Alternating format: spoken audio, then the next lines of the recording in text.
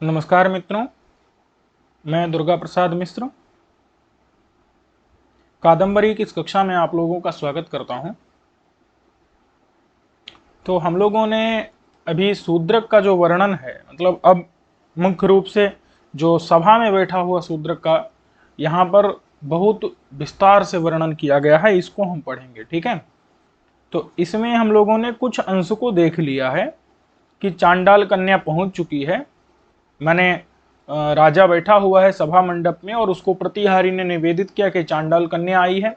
फिर वो चांडाल कन्या को राजा ने अंदर, मतलब सभा मंडप में बुला लिया। वहां पर हजारों राजा बैठे हुए हैं, उनके मध्य में शूद्रक किस प्रकार का दिख रहा है तो इसको हमने देखा। शूद्रक बहुत प्रकार के आभूषणों को पहने हुए है, तो वो किस प्रकार से लग रहा है ये भी हमने देख लिया।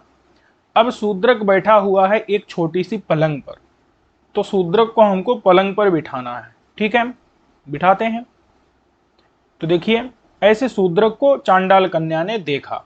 ठीक है, राजानम अद्राक्षित आगे आपको मिलेगा। मैं आपको कल वाले पाठ में, मतलब पिछले पाठ में आपको मैं दिखा चुका हूं, बता चुका हूं।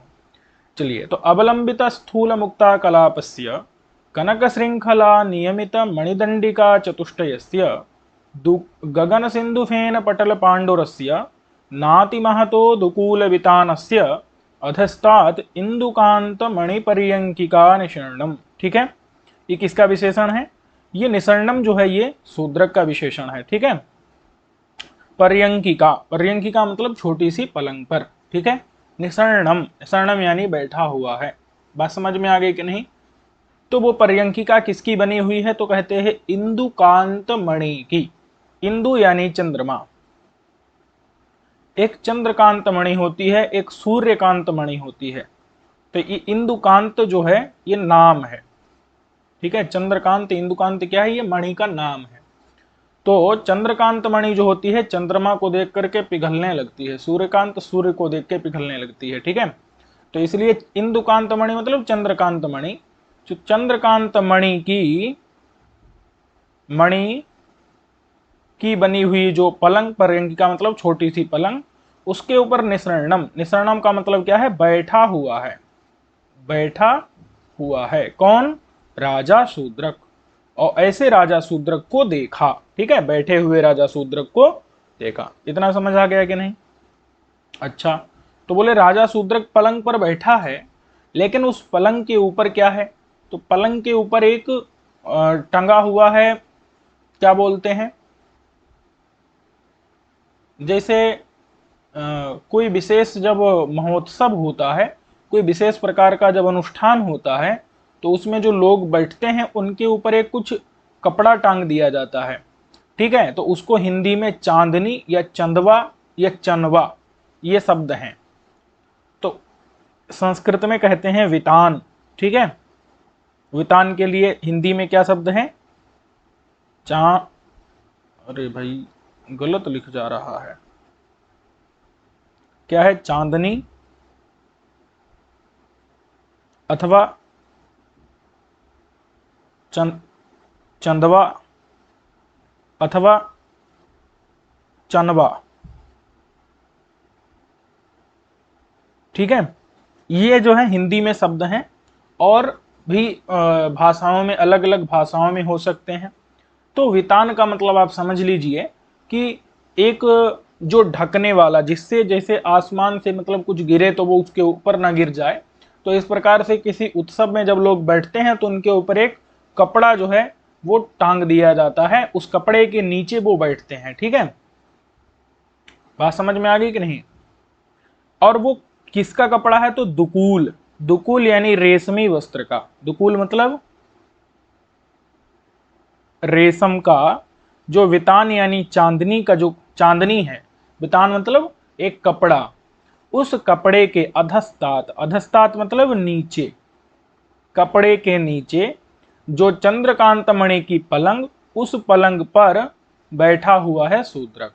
ठीक है, अब वो जो दुकूल बितान है वो उतना ही बड़ा है जितनी बड़ी पलंग है। ऐसा नहीं है कि वो दुकूल बितान बहुत ज्यादा जगह में फैला हुआ हो।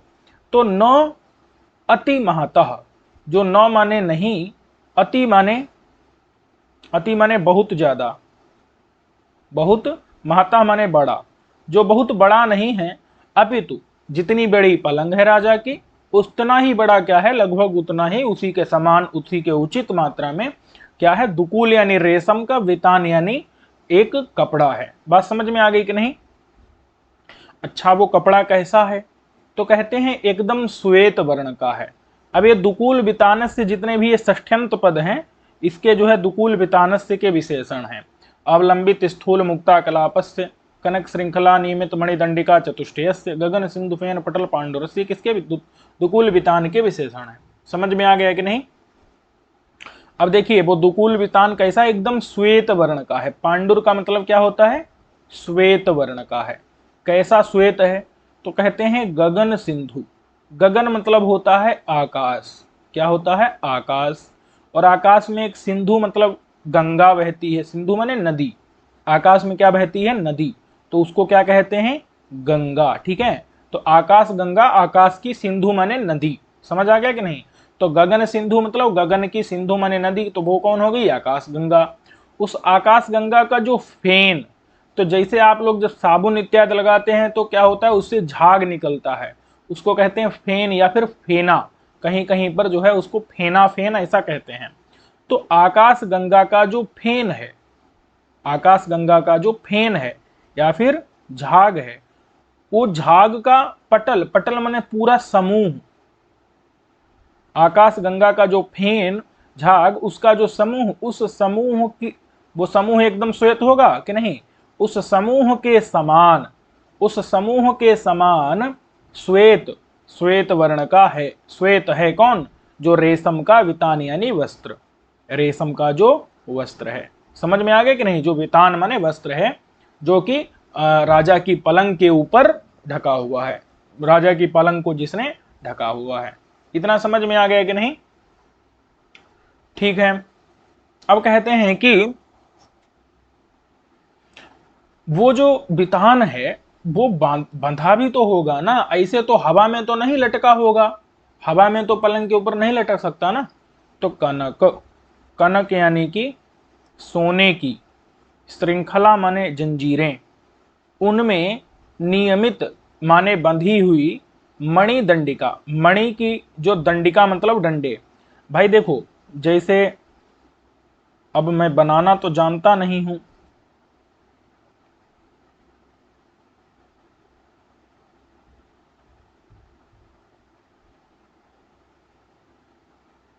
कैसे बताऊं आपको,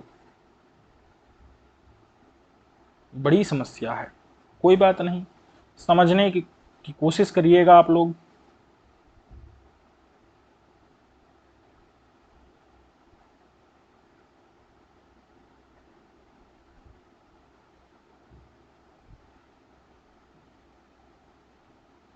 ठीक है, ये चार डंडे हो गए, इनके बीच में क्या हो गया, इनके बीच में जो है वो राजा का पलंग हो गया, इसके ऊपर राजा बैठा हुआ है, और ये जो है चारों तरफ क्या है, चार डंडे लगे हुए हैं, और इनके ऊपर क्या है, इनके ऊपर जो है वो कपड़ा, इनके ऊपर क्या है, कपड़ा है, और वो जो कपड़ा है वो कैसा है, श्वेत वर्ण का है। ठीक है, ये राजा का मान लो पलंग हो गया, उसके चारों तरफ चार डंडे लगे हुए हैं, और वो चार डंडों में क्या है, कपड़ा बंधा हुआ है, और वो कपड़ा जो है सोने की जंजीर से बंधा हुआ है। ठीक है, और उसमें मोती की मालाएं लटक रही हैं, कपड़े में मोती की मालाएं जो है वो लटक रही हैं। ठीक है, कपड़े में क्या है, मोती की मालाएं लटक रही हैं, और ये जो डंडियां हैं ये किसकी हैं, ये मणि की बनी हुई हैं, मणि के बने हुए, मणि लगी है ऐसे ये डंडे हैं, और सोने की जंजीरों से वो कपड़ा बंधा हुआ है, और जो पलंग है वो पलंग इंदुकांत मणि का, चंद्रकांत मणि का है, और उसके ऊपर जो है राजा बैठा हुआ है। अब ये आपको थोड़ा दिमाग में कल्पना करनी है। ठीक है, मैंने मतलब कक्षा 10 तक क्या किया था, कक्षा 10 में मेरे सामने एक विकल्प आया कि या तो आप क्या लीजिए, चित्रकला लीजिए, और या फिर आप संस्कृत लीजिए।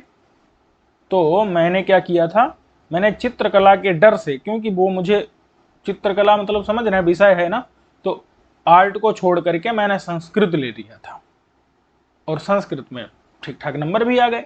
तो मैं मतलब आप इससे समझ सकते हैं कि मुझे ये बनाना कैसा, मतलब किस प्रकार से बनाना आता है।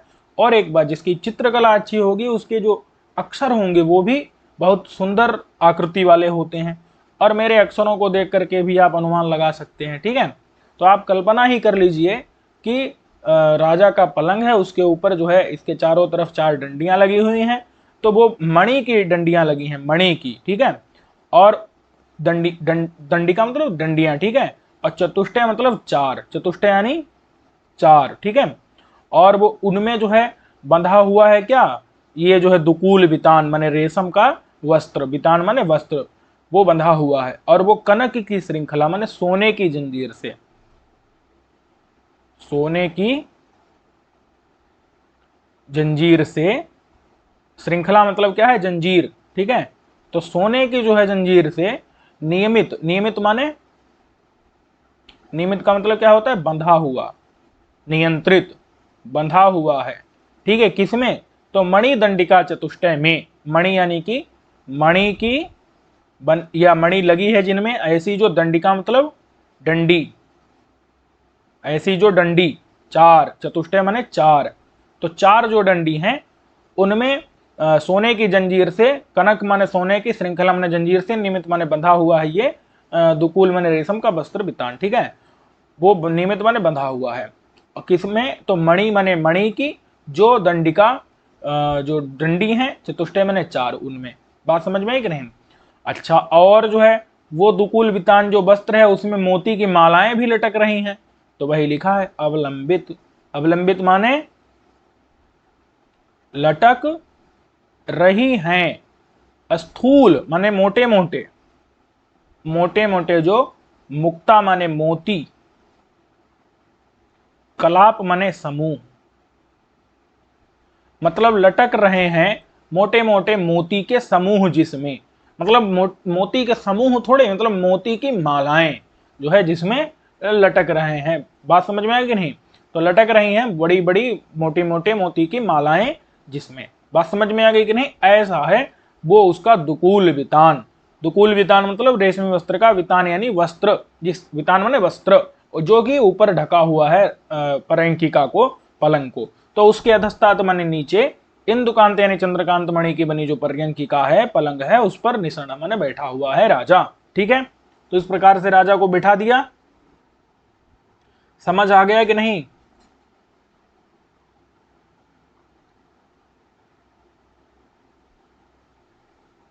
चलिए, अब जो है, अब राजा केवल बैठा ही थोड़े रहेगा।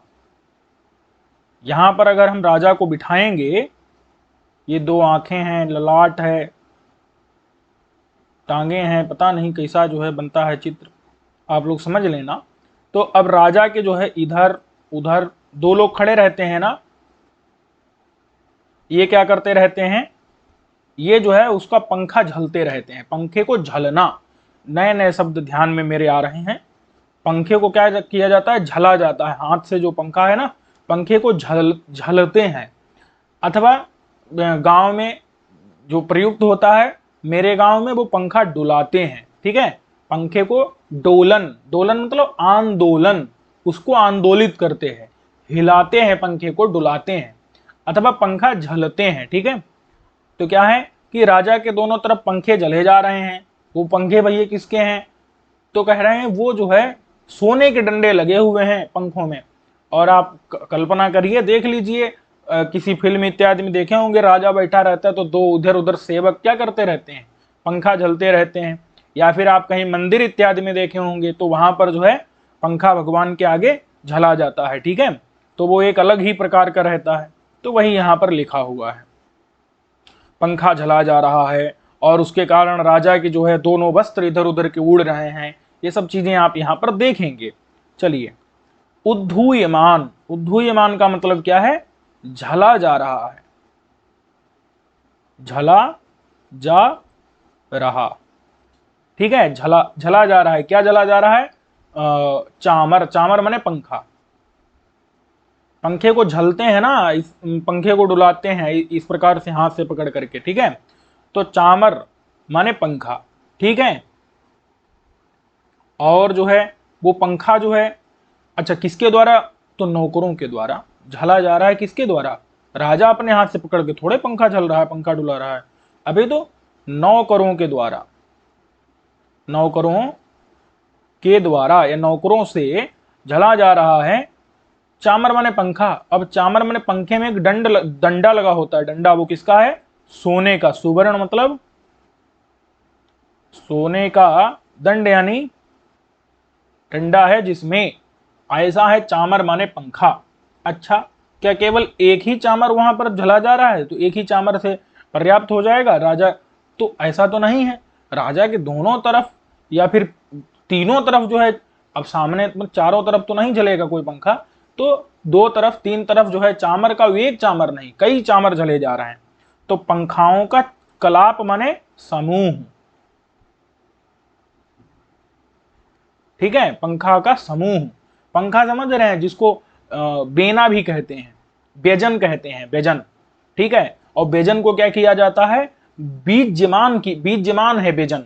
बीजमान मतलब डुलाया जा रहा है या झला जा रहा है, ठीक है, नौकरों के द्वारा उद्धूयमान माने झला जा रहा है। सुवर्ण दंड माने सोने के डंडे वाला, चामर माने पंखा का, कलाप माने समूह, जिसके ऊपर, ठीक है, पंखों का समूह जिसके लिए, अथवा जिसके लिए, जिसके ऊपर, ठीक है। तो जिसके लिए कर दो, जिसके लिए। ऐसा कौन हुआ, ऐसा हुआ राजा शूद्रक, ठीक है, सभा मंडप में बैठा हुआ शूद्रक, जहां पर उद्धूयमान माने नौकरों से झला जा रहा है। भृत्यैहि बीज्यमानः सुवर्ण दंड युक्तः चामर कलापः, ठीक है, चामर माने पंखाओं का समूह, जिसके लिए यस्य यस्मै तादृशः शूद्रकः, ऐसा शूद्रक है। अच्छा, अब शूद्रक के चरणों की स्थिति बता रहे हैं कि शूद्रक जो है अपना बायां पैर आसन पर रखे हुए है, ठीक है। अब देखो भाई जरा, यहां पर आपको दिख रहा होगा कि ये शूद्रक के, देखो बायां पैर क्या करना है, एक आसन के ऊपर रख देना है। ये आसन है, इसके ऊपर शूद्रक का बायां पैर रख देना है। अब बात यह है कि जो आसन है वो स्फटिक मणि का बना हुआ है। किसका बना हुआ, स्फटिक मणि का। और स्फटिक मणि का वर्ण श्वेत माना जाता है। कैसा माना जाता है, श्वेत वर्ण। श्वेत मतलब चंद्रमा के समान कांति, श्वेत कांति उसकी मानी जाती है, ठीक है।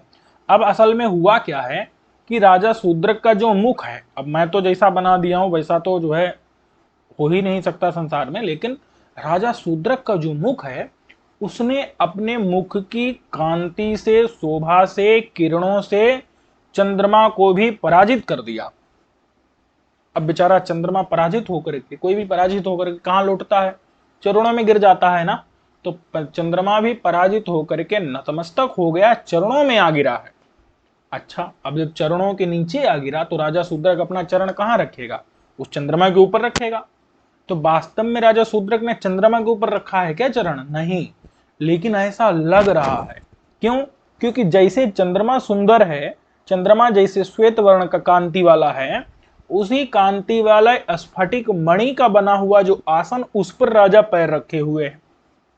तो ऐसा लग रहा है कि स्फटिक न होकर के ये राजा के चरणों में झुका हुआ चंद्रमा हो। और क्योंकि स्फटिक मणि का बना हुआ जो आसन है पैरों का रखने वाला, तो वो और चंद्रमा दोनों समान है, इसीलिए ऐसा लग रहा है कि चंद्रमा ही आ गया है। और वो आ क्यों गया, क्योंकि राजा के मुख की कांति से बेचारा पराजित हो गया, इसीलिए राजा के चरणों में आ गिरा, ठीक है। यही बता रहे हैं यहां पर, राजा के चरणों को रखते हैं, देखो। तो उत माने ऊपर की तरफ निकलती हुई, उत माने, उत का मतलब होता है उदगताह, माने ऊपरी गताह, ऊर्ध्वगामी, ऊपर की तरफ जाती हुई जो। मयूख माने किरणें, बात समझ में आई कि नहीं। उत माने ऊपर की ओर जाती हुई, जाती या निकलती हुई, जाती हुई क्या है, किरणें। मयूख माने किरणें, किसकी, किसकी किरणें ऊपर की तरफ निकल रही हैं, तो राजा के मुख की, ठीक है। किरणें, ऐसी किरणों वाला कौन हुआ, राजा का मुख। और उस मुख की जो कांति, मुख की कांति यानी शोभा, तो ऐसे मुख की जो शोभा, समझ रहे हैं कि नहीं, उत माने ऊपर की ओर जाती हुई निकल करके चंद्रमा तक पहुंच गई किरणें, और उन किरणों ने चंद्रमा को पराजित करके राजा के चरणों में गिरा दिया। समझ आया? उत माने ऊपर की ओर जाती हुई, जो मयूख माने किरणें, ऐसी किरणों वाला कौन हुआ? मुख।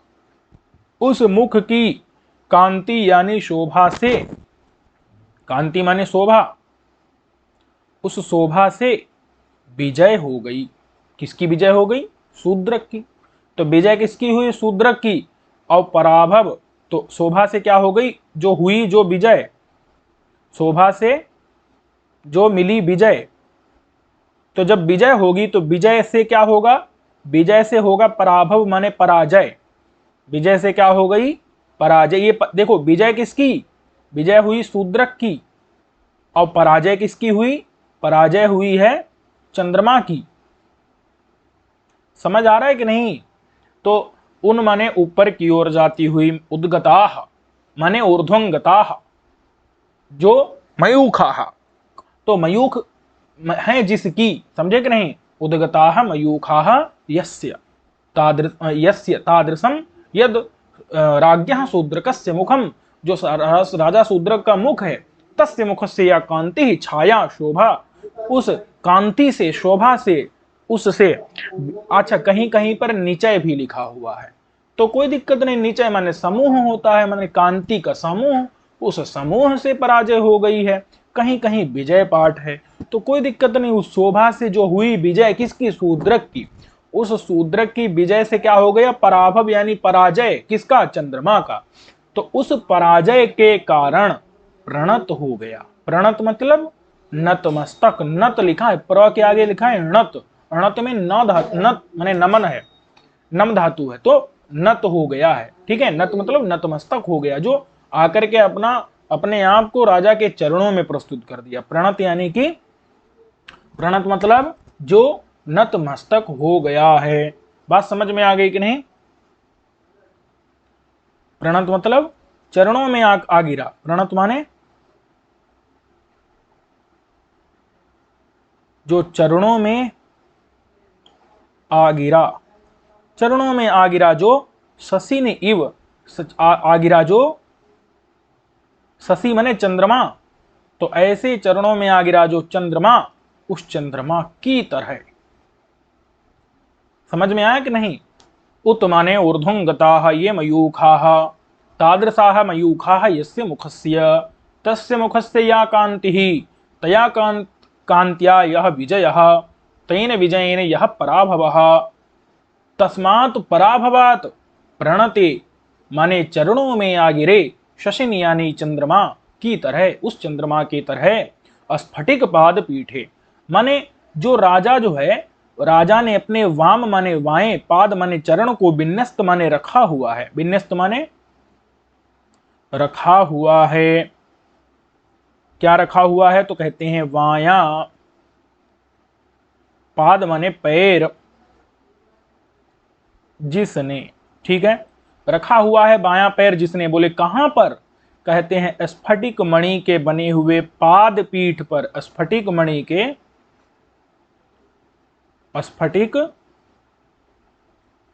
स्फटिक मणि के बने हुए पाद पीठ। पाद पीठ मतलब होता है पैर रखने का जो,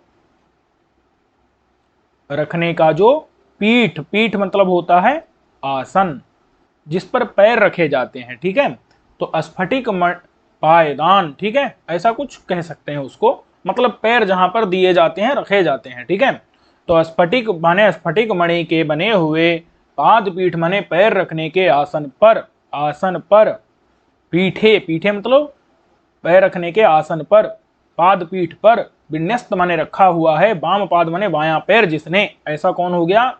ऐसा हो गया शूद्रक। अब जो पैर रखने का आसन है, जो पाद पीठ है, वो किसका बना है? स्फटिक मणि का।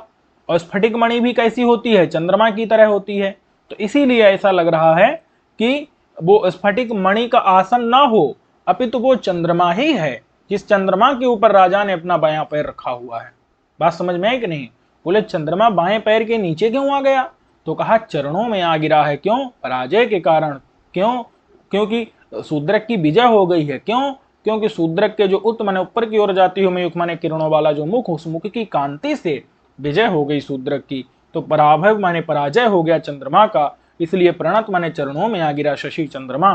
तो ऐसे मानो चंद्रमा ही जो है, चंद्रमा ही हो कौन, जो स्फटिक मणि का बना हुआ पैर रखने का जो पीठ माने आसन है, स्फटिक का बना हुआ पादपीठ माने पैर रखने का आसन, वो चंद्रमा ही हो, उसके ऊपर विन्यस्त माने रखा हुआ है बायां पैर जिसने। समझ आया कि नहीं? कभी की कल्पना देखिए, वास्तव में तो वहां पर पैर का माने आसन है जो स्फटिक मणि का बना हुआ। कभी को लग रहा है ना ना ये आसन नहीं है तो चंद्रमा है, और वो भी चंद्रमा। तो कोई पूछेगा क्यों भैया चंद्रमा है, तो कभी कारण भी दे रहा है कि पर बेचारा पराजित होके जो है आ गिरा है चरणों में। ठीक है, चलो अब देखो, अब जो है कवि क्या कल्पना कर रहा है, तो कहते हैं इंद्र नील मणिकुट, इस प्रकार का शूद्रक हो गया, विन्यस्त मैंने रखा हुआ है बायां पैर, जिसने ऐसा शूद्रक, उस शूद्रक को देखा। किसने देखा? चांडाल कन्या ने देखा। अब कहते हैं इंद्र नील मणिकुट्टिम प्रभा संपर्क श्यामायमान रणत रिपु निश्वास मलिनीकृतैरिव चरण नख मयूख जालैहि उपशोभमानम। ये राजा का विशेषण है। उपशोभमान कौन है? उपशोभमान मतलब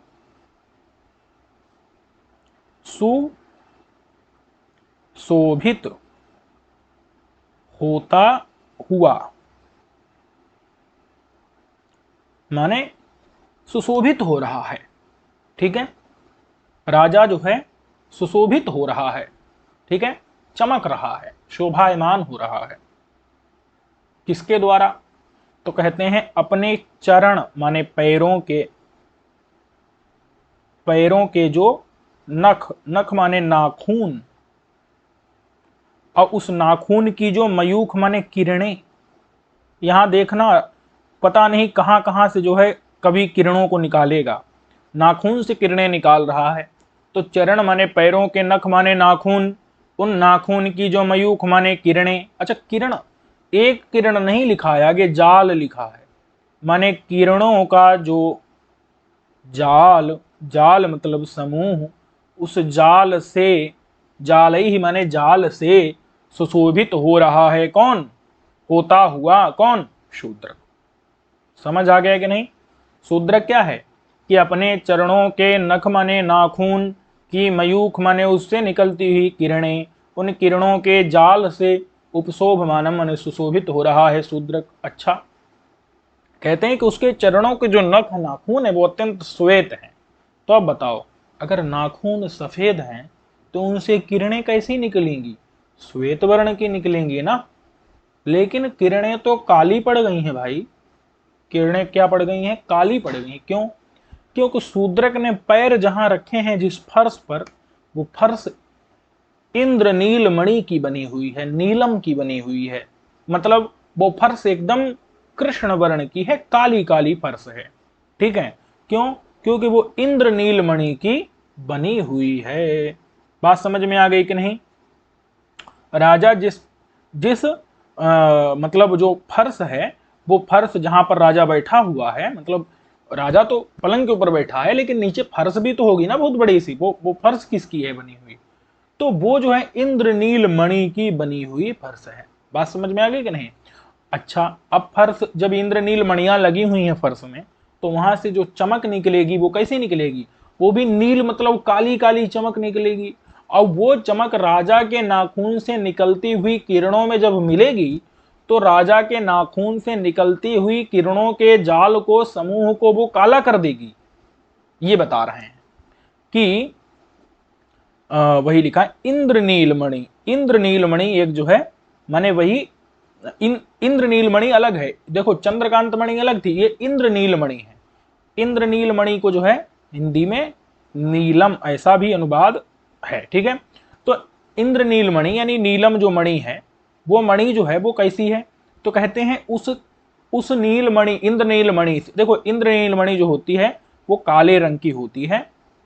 हम इसको रंग के द्वारा बोधित करेंगे। इंद्रनीलमणि जो भी होती है ये, इसीलिए कृष्ण की तुलना की गई थी इंद्रनीलमणि से, काले रंग की मणि। ठीक है, वो आता है ना, श्रुतोदयाद्रे रभिसायम उच्चकैः अचूचुरत चंद्रमसोभिरामताम। महामहानील शिलारुचः पुरो निषेदिवान कंस कृशः सविष्टरे श्रुतोदयाद्रे रभिसायमुच्चके रचूचुरत चंद्रमसोभिरामताम। निदर्शन अलंकार यहाँ पर। ठीक है, तो यहाँ क्या है, उसमें जो है महामहानील शिलारुचः, जो भगवान श्री कृष्ण की वहां पर कांति कैसी बताई गई है, महान जो महानील शिला, तो नील शिला मतलब है नीलमणि। ठीक है, तो वो इंद्र नीलमणि है। इंद्र नीलमणि जो है वो काले रंग की मणि है और उसकी कांति के समान कांति श्री कृष्ण की बताई गई है। तो इसलिए इंद्र नीलमणि क्या है, काले रंग की कोई विशेष मणि। उस मणि की जो कुट्टिम, कुट्टिम कहते हैं फर्श, ठीक है, मतलब जमीन, जमीन तो समझते हैं ना, तो वो जो जमीन में क्या लगी है, काले रंग की मणि लगी हुई है वहां पर। तो काले रंग की मणि की जो फर्श है उस से क्या निकलेगी, प्रभा मतलब चमक। प्रभा माने चमक, किरणें, कांति। समझ आया कि नहीं? तो बताओ, फर्श पर जो प्रभा मतलब चमक होगी, जो कांति होगी, शोभा होगी उसकी, वो भी कैसी होगी, तो काले रंग की मणि की फर्श की जो कांति है वो कांति भी कैसी होगी, काली कांति होगी कि नहीं, काली चमक होगी कि नहीं। तो इसीलिए काली जो कांति उसके संपर्क से, संपर्क माने मिश्रण से, मिलने से, मिलने से, मिश्रण से, श्यामायमान ही, श्यामाय का, श्यामायमान मतलब पहले काली नहीं थी लेकिन अब काली हो गई है। ये किसका विशेषण है, चरण नख मयूख जालही का, कि जो उसके चरणों पैरों के जो नख माने नाखून है, उनकी मयूख माने किरणों का जो जाल है, वो नाखून सफेद हैं तो उनकी किरणों का जाल भी सफेद है। लेकिन चूंकि वहां की फर्श वो इंद्रनील मणि की बनी हुई है, काले रंग की मणि की बनी हुई है, तो इसीलिए उस जो इंद्रनील मणि की बनी हुई कुट्टिम माने फर्श, उसकी प्रभा माने जो कांति वो काली है, तो उसके संपर्क माने मिलने से श्यामायमान हो गए हैं, मतलब काली, काली या फिर काले काले, काले काले हो गए हैं। जो क्या, जो पैरों के नाखून की किरणों के जो जाल हैं, वो जाल कैसे हो गए हैं, काले काले हो गए हैं। बात समझ में आई कि नहीं, काले काले हो गए हैं वो जाल। ठीक है, अच्छा, ये तो है वास्तविक स्थिति। लेकिन कभी कल्पना कर रहा है कि वो काले काले तो हो गए हैं, वहां की फर्श काली काली है, इंद्रनील मणि की बनी है, तो उसकी कांति मैंने प्रभा जब संपर्क हुआ, जब उसका जो है नाखूनों के कान मैंने नाखून की निकली हुई किरणों के समूह से, तो वो समूह काले काले हो गए हैं। लेकिन कभी कह रहा है नहीं, ऐसा नहीं है, ऐसा लग रहा है कि वहां पर राजा के चरणों में, चरणों में ही नाखून भी हैं और चरणों में ही राजा के जो शत्रु हैं वो चरणों में आ गिरे हैं।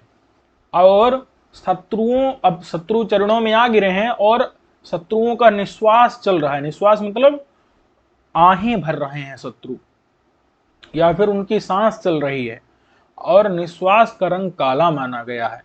ठीक है, मैं आपको बता चुका हूं, कीर्ति यश का रंग सफेद माना गया है और पाप का रंग काला माना गया है।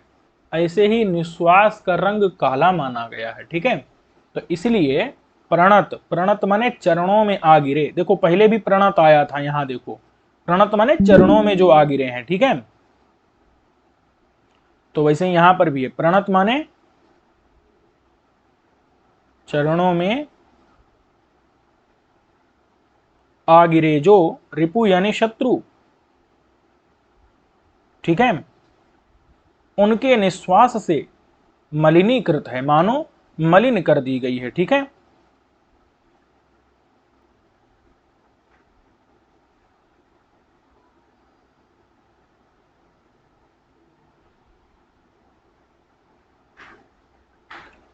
निश्वास का अर्थ है आह, अथवा निश्वास का मतलब जो आदमी हांफ जाता है, तो जिस प्रकार से उसकी जो है बड़ी बड़ी श्वासें चलती हैं, उसको भी क्या कहते हैं, उसको भी निश्वास कहते हैं। ठीक है,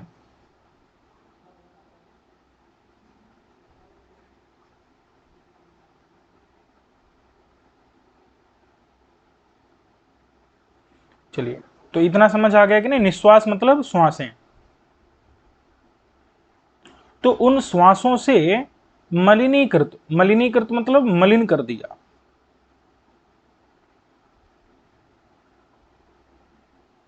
मानो, इब का मतलब है मानो, मतलब ऐसा नहीं है कि वास्तव में जो है वहां पर मलिन कर दिए हों, वास्तव में शत्रु आए हुए हों और वो चरण झुकाए हों, लेकिन ऐसा लग रहा है कवि को कि वहां पर प्रणत मने चरणों में गिरे हुए जो रिपु यानी शत्रु, उनके निश्वास यानी श्वासों से, क्योंकि उसका जो है रंग काला माना गया है, तो उसके द्वारा मलिन यानी काली कर दिया, काला कर दिया गया है।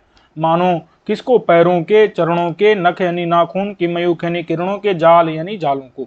तो ऐसे जालों से उपशोभ मानव मन सुशोभित हो रहा है शूद्रक। ठीक है, और कैसा शूद्रक है भाई?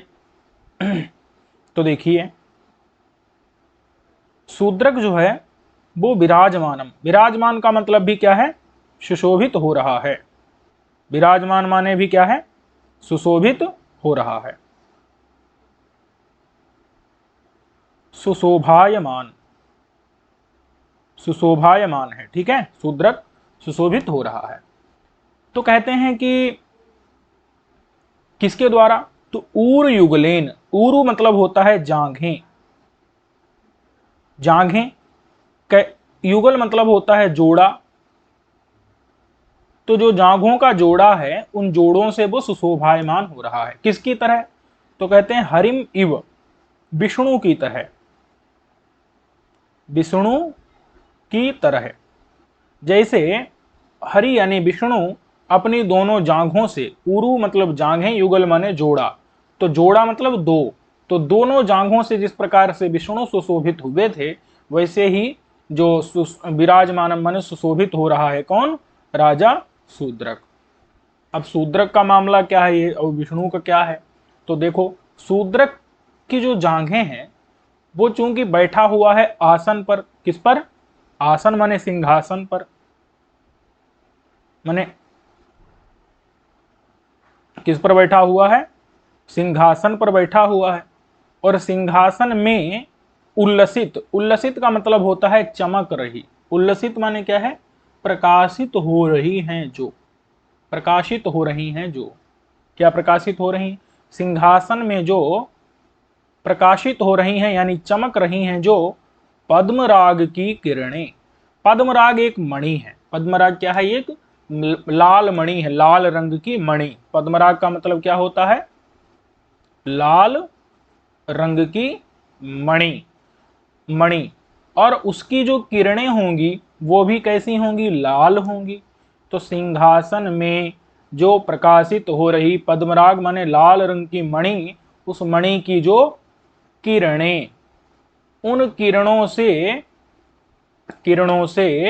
पाटलीकृत, पाटलीकृत मतलब उस शूद्रक की जो ऊरु युगल मतलब जो जांघों का जोड़ा है वो पाटलीकृत हो गया, क्योंकि ऊरु युगलन तृतीयांत है, इसी का विशेषण है पाटलीकृतन। पाटलीकृतन मतलब लाल रंग का हो गया है अथवा गुलाबी रंग का हो गया है। पाटल मतलब लाल होता है, अथवा थोड़ा लाल और सफेद मिला दिया जाए तो उसको हम कहते हैं गुलाबी। ठीक है, तो गुलाबी कृत माने कर, कर दिया है। समझ आ गया कि नहीं? किसको? ऊरु युगल माने दोनों जांघों को, ऐसा उन जांघों से विराजमान माने सुशोभायमान है शूद्रक। ठीक है, तो आसन माने सिंहासन में, उल्लसित माने प्रकाशित, जो पद्मराग माने लाल मणि, लाल मणि की जो किरणें, उन किरणों से पाटलीकृत यानी लाल कर दिया है, गुलाबी कर दिया है। किसको? पाटलीकृतेन, तृतीयांत है, विशेषण है ऊर युगलेन का, विष्णु की जांघों का। ठीक है, अरे विष्णु की जांघें नहीं, जांघें जो है शूद्र की जो जांघें हैं, तो वो गुलाबी कर दी गई हैं। ठीक है, सिंहासन में उल्लसित माने प्रकाशित, पद्मराग माने लाल मणि, लाल मणि की किरणों से लाल कर दिया है। पाटलीकृत मतलब जो पहले पाटल नहीं थी लेकिन अब उनको पाटल कर दिया है, पाटलीकृत माने लाल कर दिया है। ऐसे ऊरु युगल माने जांघों के जोड़े, उनके द्वारा विराजमान माने सुशोभित हो रहा है शूद्रक। ठीक है, अब किसी की टिप्पणी है कि क्या वो वहां पर मतलब लंगोट पहन करके बैठा था क्या, उसकी जांघें दिखाई दे रही थी, लेकिन ऐसा कुछ नहीं है, बस कभी देख पा रहा है, सब नहीं देख पा रहे हैं। ठीक है, चलिए अब है अचिर। अच्छा, अब देखो ये तो हो गया, यहां तक तो शूद्रक का वर्णन है। अब आगे की जो जो जांघें हैं ये जो है हरि का वर्णन है कि हरि ने अचिर माने जल्दी ही, जल्दी ही, मृदित माने मारा है, मृदित माने मर्दन किया है, मारा है किसको, अचिर, अ मतलब होता है नहीं, अचिर माने देर में, तो देर में नहीं अभी तो जल्दी ही मृदित माने मारा है किसको, मधु नाम के राक्षस को, किसको, मधु और कैटभ, कैटभ मतलब कैटभ नाम के राक्षस, राक्षस को, समझ आया कि नहीं। तो मधु कैटभ नाम के राक्षस को, तो जब अभी तो जल्दी जल्दी मारा है। अच्छा, मारा कैसे था वो भी समझ लो, कि भगवान ने इन दोनों को अपनी जांघों पर रख करके और अपने चक्र से इन दोनों के सर को काट लिया था। अब बताओ, तो सिर काट देंगे जांघों पर रख करके तो खून गिरेगा, जांघों पर गिरेगा, तो खून से क्या हो जाएंगी, रुधिर, माने मधु और कैटभ नाम के राक्षस के रुधिर माने, रुधिर माने लहू से, रक्त से, रक्त से, अरुण, अरुण माने लाल, अरुण रक्त से जो लाल, क्या, ऊरु युगल माने जांघों का जोड़ा, उन ऊरु युगल से हरि जिस प्रकार से सुशोभित हो रहे हैं, कल्पना करिए क्योंकि एक कथा है, कथा थोड़ा आप समझ लो कि प्राचीन काल में, बड़ी पुरानी जमाने की बात है, उस समय पर पूरी धरती पर पानी पानी ही था, ठीक है। तो भगवान विष्णु अपनी मतलब योग निद्रा में सो रहे थे, तो उस समय पर भगवान विष्णु के कान के मैल से दो राक्षस उत्पन्न हुए जिनका नाम था मधु और कैटभ, और उन्होंने, अच्छा उसी समय पर भगवान की नाभि से कमल एक उत्पन्न हुआ, उस कमल में ब्रह्मा उत्पन्न हुए। तो ब्रह्मा को मारने के लिए मधु और कैटभ नाम के दोनों राक्षस प्रवृत्त हुए, ब्रह्मा को मारने के लिए तत्पर हुए। तो ब्रह्मा अपनी रक्षा के लिए मतलब बहुत व्याकुल होकर के किसी को खोजे तो कोई मिला नहीं, तो ब्रह्मा ने स्तुति की, किसकी, भगवान की नहीं की, अपितु भगवान जिस योग निद्रा में सो रहे थे उस योग निद्रा की स्तुति की, उस योग माया की, महामाया की स्तुति की। तो जब महामाया की स्तुति की तो महामाया प्रसन्न हो गई, योग निद्रा प्रसन्न हो गई, और योग निद्रा ने भगवान नारायण को जगा दिया। जाग करके भगवान नारायण ने उन दोनों से युद्ध किया, मधु और कैटभ से, कितने हजार वर्षों तक, तो 5000 वर्षों तक। अब क्या हुआ, मधु और कैटभ से जब 5000 वर्षों तक युद्ध किया तो लेकिन वो तो मर ही नहीं रहे थे, तो उपाय किया, क्या उपाय किया, योग माया ने, योग निद्रा ने, जिसमें भगवान नारायण सो रहे थे, उस महामाया ने मधु और कैटभ की बुद्धि को भ्रष्ट कर दिया।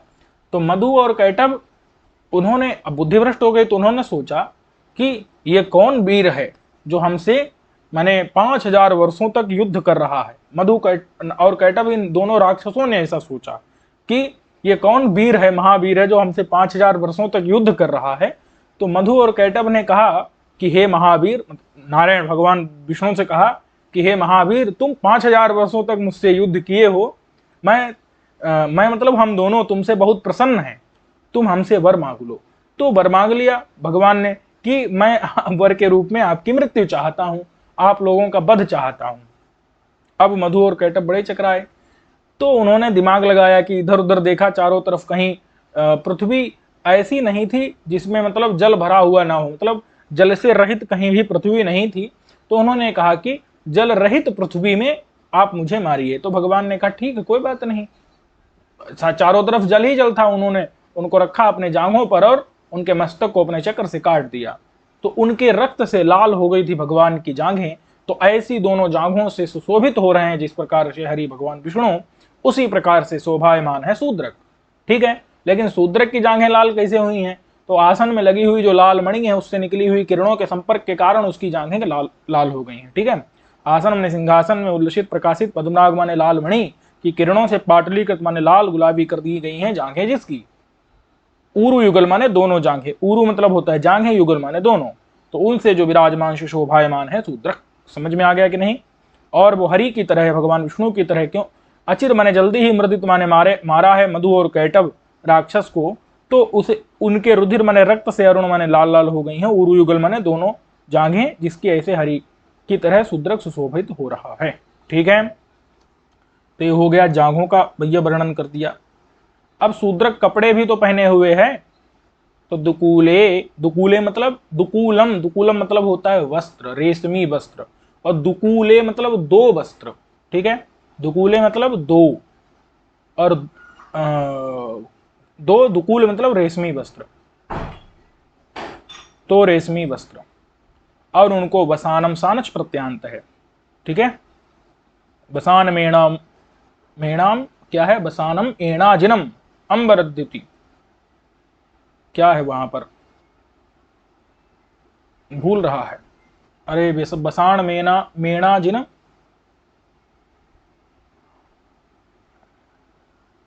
अंजन द्युति, अंजन द्युति, अंबर नहीं, अंजन द्युति, अंजन मतलब कृष्ण वर्ण की, द्युति यानी कांति वाले, जो एणा मतलब एणा नाम का क्या है वहां पर, एणा का जो अजिन, एणा कोई मृग है, उसके अजिन यानी कि जो चर्म है, तो उस वो चर्म अंजन माने कज्जल, काजल की द्युति के समान जो है काला है, और उसको बसानम माने धारण किए हुए हैं, ठीक है। तो ये जो है आप शिशुपाल वध इत्यादि में पढ़ते हैं।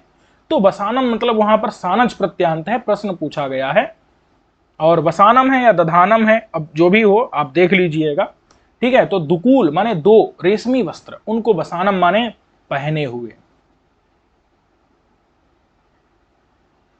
ठीक है। दधानम या वसानम दोनों सानज प्रत्यांत हैं, इसीलिए मैंने आपको वहां का उदाहरण दे दिया। ये इस प्रकार से जब आन दिख जाए आपको तो क्या पहचान लेना है, सानज प्रत्यांत होगा सामान्य रूप से, और भी चानस इत्यादि होते हैं तो वो जो है प्रायः प्रयुक्त नहीं होते। तो दुकूले माने दो रेशमी वस्त्र को, बसानम माने पहने हुए, ठीक है।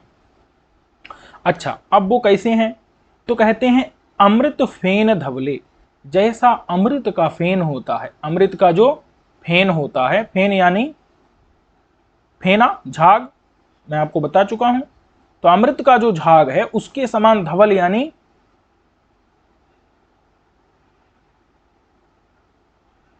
सफेद, ठीक है।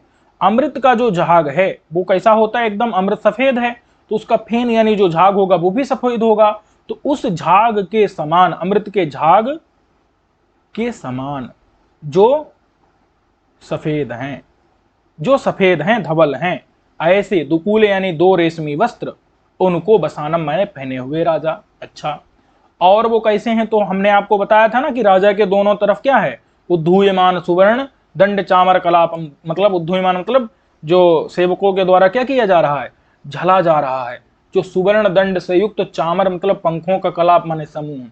तो जब राजा के चारों तरफ क्या किया जाएगा, दोनों तरफ जब उसके पंखा झला जाएगा तो उसके जो दोनों वस्त्र हैं वो हिलेंगे कि नहीं हिलेंगे, तो वही बता रहे हैं कि चारों मतलब सुंदर, चारों माने सुंदर जो चामर यानी कि पंखा, उस पंखे की वायु यानी हवा से प्रनर्तित, प्रनर्तित मतलब नाच रहे हैं, नाच रहे, अंतर, अंतरदेश का मतलब होता है छोर, अंतरदेश मतलब होते हैं प्रांत भाग, मतलब छोर, जिसके, जिसके, ऐसे हैं दोनों रेशमी वस्त्र कि चारु यानी सुंदर, चामर माने पंखे की वायु यानी हवा से प्रनर्तित माने नाच रहे हैं, अंतरदेश माने छोर किनारे जिनके, ऐसे दुकूले माने दो रेशमी वस्त्रों को बसानम माने पहने हुए हैं, ठीक है। फिर क्या है, अमृत फेन धवले तो हो गया, गोरोचना लिखित हंस मिथुन सनाथ पर्यंत। अच्छा, अब जो राजा दो वस्त्रों को पहने हुए हैं, उन दोनों वस्त्रों के छोर पर, और छोर तो नाच रहे हैं लेकिन दोनों वस्त्रों में कुछ और भी है, क्या लगा है, तो कहते हैं गोरोचन या गोरोचना। गोरोचना ये गोपित लिखा है, अब ये गोपित या गोरोचन कुछ होता है, कोई एक विशेष जिसके द्वारा क्या किया जाता था, कपड़े के ऊपर चित्र बना दिया जाता था। तो गोरोचन या गोपित नाम का कोई द्रव्य, कोई पदार्थ, उस पदार्थ से आलिखित, आलिखित का मतलब होता है चित्रित, ठीक है। लिख धातु का मतलब होता है चित्र, चित्र बनाना। तो गोरोचन के द्वारा, गोरोचना के द्वारा, गोपित पदार्थ के द्वारा आलिखित माने चित्रित हैं हंस मिथुन, हंसों के जोड़े, हंसों के जोड़े, ठीक है। हंसों के जोड़े चित्रित हैं किस पर, उस कपड़े के पर्यंत माने प्रांत भाग पर।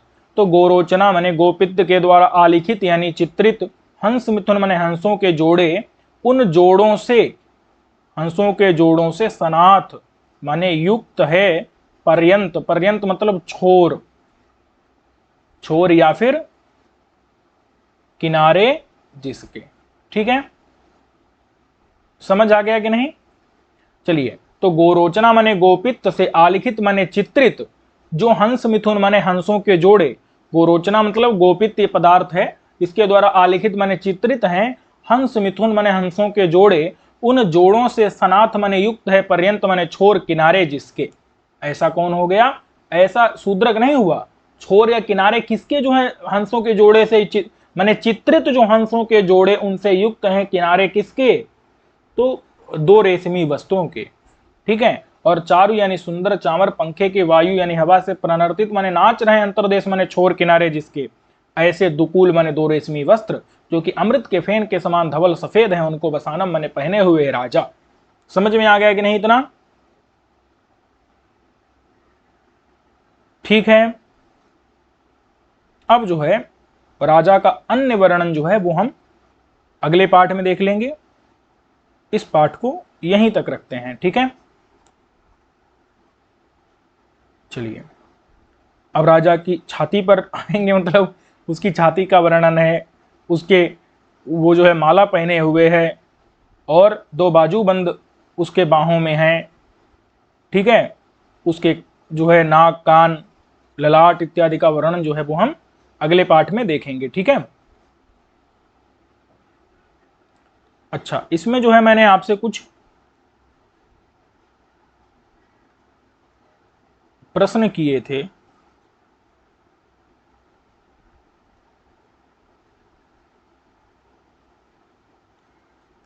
उनको तो मैं भूल ही गया।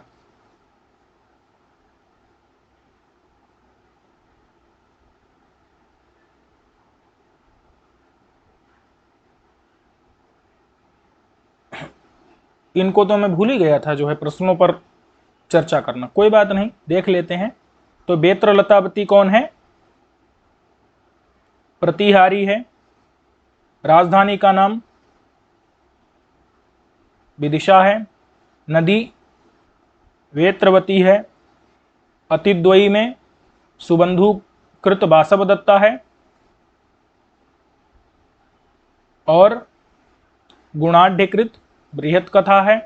उवास यस्य श्रुति शांत कलमशे, ये जो है कुबेर हैं। गुरु भरभु वत्सु इत्यादि हैं। कादंबरी का नायक कौन है? चंद्रापीड़ है, यही शूद्रक बना है। नायिका तो कादंबरी ही है। कादंबरी का अर्थ क्या होता है, ये प्रश्न आपसे पूछेंगे। कादंबरी, ये नायक नायिका हो गया। ठीक है, अब अगर कोटि की बात की जाए तो नायक की कोटि कौन सी है और नायिका की कोटि कौन सी? रीति और लक्षण। तो जो कादंबरी का नायक है वो धीरोदात्त नायक है।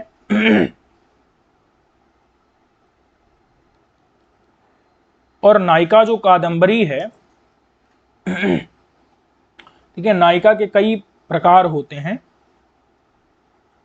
नायिका के क्या होते हैं? कई प्रकार होते हैं। तो यहां पर हम इसको जो है मुग्धा नायिका मतलब भोली भाली नायिका है।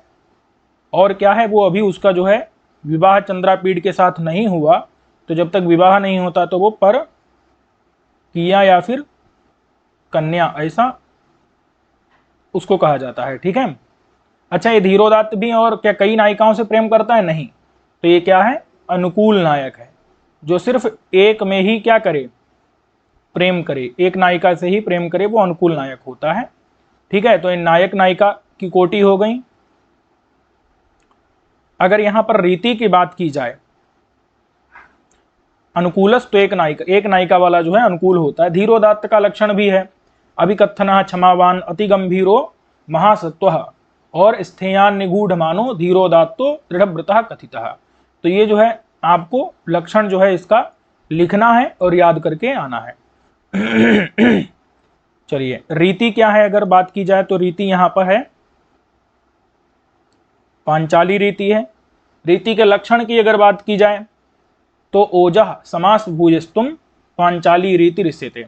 ओज, जिसमें ओज गुण क्या रहता है, प्रधान रहता है, और समासों की क्या रहती है, प्रचुरता रहती है, तो वो पांचाली रीति मानी गई है। ठीक है। और धीरोदात्त इत्यादि का जो है आपको लक्षण देख करके आना है, या फिर जो है मैं लिख देता हूं, अविकथनः, जो बहुत ज्यादा अपनी प्रशंसा ना करे। क्षमावान, जो मतलब सहन शक्ति जिसके अंदर हो। और अति गंभीरः, क्षमावान अति गंभीरो,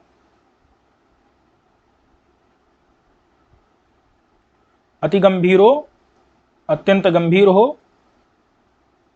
और दृढ़व्रतः,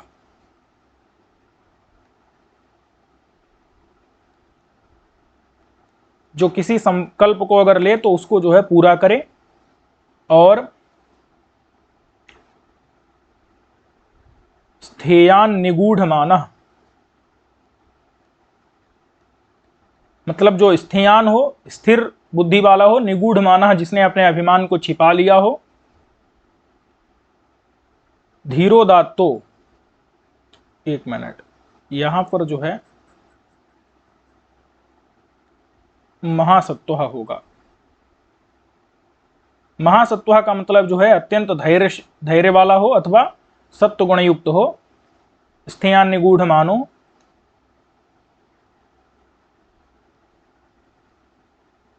धीरोदात्तः, धीरोदात्तो दृढ़व्रतः कथितः। ठीक है, उसको दृढ़ व्रत वाला और उसको धीरोदात्त कहा गया है। इतना हो गया, ये जो है आपको ध्यान रखना है। ठीक है। अनुकूल नायक क्या होता है, तो अनुकूलस्तु एक निरतः, मतलब एकस्याम नायिकायाम यस्य रतिः भवति, एक नायिका में जिसकी रति, जिसका प्रेम होता है, उसको अनुकूल नायक कहते हैं। ठीक है। और परकीया नायिका जो है दो प्रकार की होती है। एक होती है जो दूसरे से विवाहित हो, दूसरे की पत्नी हो, और एक होती है जो कन्या हो। दो प्रकार की परकीया होती है। ठीक है। और उसमें भी जो है ये क्या है, कन्या है, और प्लस ये मुग्धा है। क्या है, मुग्धा नायिका है। तो ये तो हो गया एक आपका धीरोदात्त का। अगर मुग्धा की बात की जाए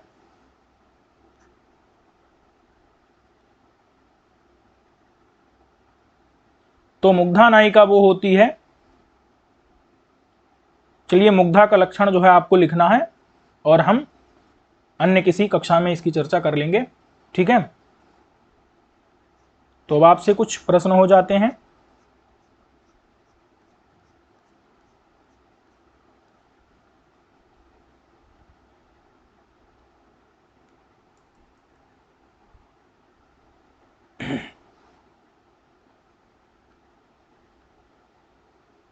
मुग्धा इत्यादि का जो है आपको क्या करना है, लक्षण लिखना है। ठीक है।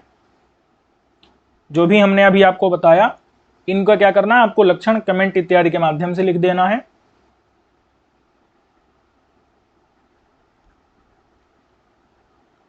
ओज गुण का लक्षण आपको बताना है।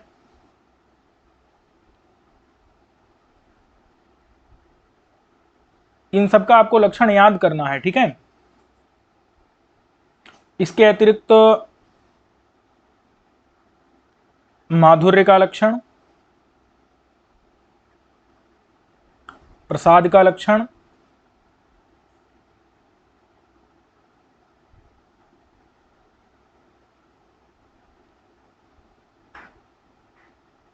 चांडाल कन्या के आगे कौन था, उसके पीछे कौन था।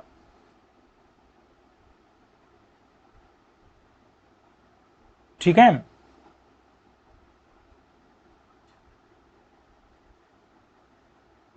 तो ये जो है कुछ प्रश्न हैं, इनके उत्तर आपको देने हैं। पाठ को यहीं पर समाप्त करते हैं, मिलेंगे अगले क्लास में। सर्वेभ्यो नमो नमः।